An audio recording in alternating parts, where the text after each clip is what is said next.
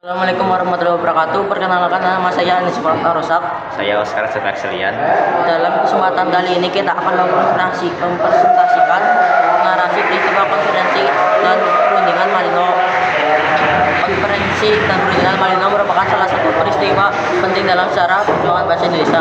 Setelah proklamasi kemerdekaan tahun 1945, peristiwa ini berlangsung pada 15 sampai 25 Juli 1946 di Malino, Sulawesi Selatan, dan dipimpin oleh Dr. Haji Hussein Jonas van Lok sebagai wakil pemerintah Belanda.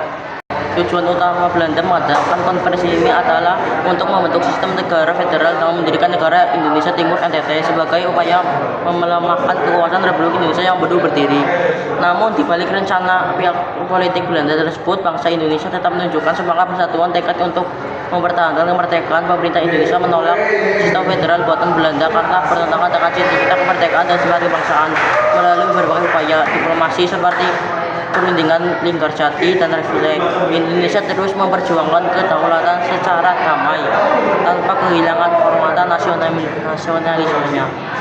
Dari hasil resensi dapat disimpulkan bahwa konferensi dan perundingan Malino memberikan pelajaran yang paling penting tentang arti dari persatuan dan nasionalisme dalam menghadapi ancaman perpecahan, serta peran diplomasi sebagai bagian dari perjuangan bangsa, bukan hanya dengan senjata.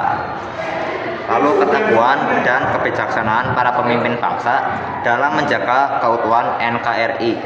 Meskipun diinisiasi oleh Belanda, konferensi ini menjadi bagian dari proses panjang perjuangan bangsa menuju pengakuan kedaulatan yang sesungguhnya. Ayat yang relevan untuk peristiwa ini terdapat dalam surat Al-Hujurat ayat 10, yaitu sesungguhnya orang-orang mukmin itu bersaudara.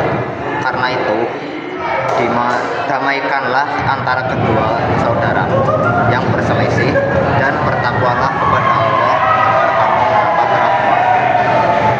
Ayat ini merupakan pentingnya menjaga ukhuwah persaudaraan dan menghindari perpecahan di antara sesama umat. Dalam konteks konferensi Malino, pesan ayat ini mengingatkan bangsa Indonesia untuk tidak terpecah oleh politik adu domba Belanda, serta terus mengutamakan persatuan demi keutuhan NKRI. Persatuan dan perdamaian adalah kunci kekuatan bangsa. Dengan menjunjung tinggi nilai tersebut, Indonesia berhasil melalui masa-masa sulit diplomasi dan akhirnya memperoleh pengakuan kedaulatan penuh pada tahun 1949. Kesimpulannya, konferensi dan perundingan Malino adalah cerminan perjuangan diplomasi bangsa Indonesia di tengah tekanan kolonial, dan peristiwa ini kita belajar arti penting persatuan, keteguhan, dan keimanan dalam mempertahankan kemerdekaan sesuai dengan nilai-nilai yang diajarkan dalam Al-Quran. Wassalamualaikum warahmatullahi wabarakatuh.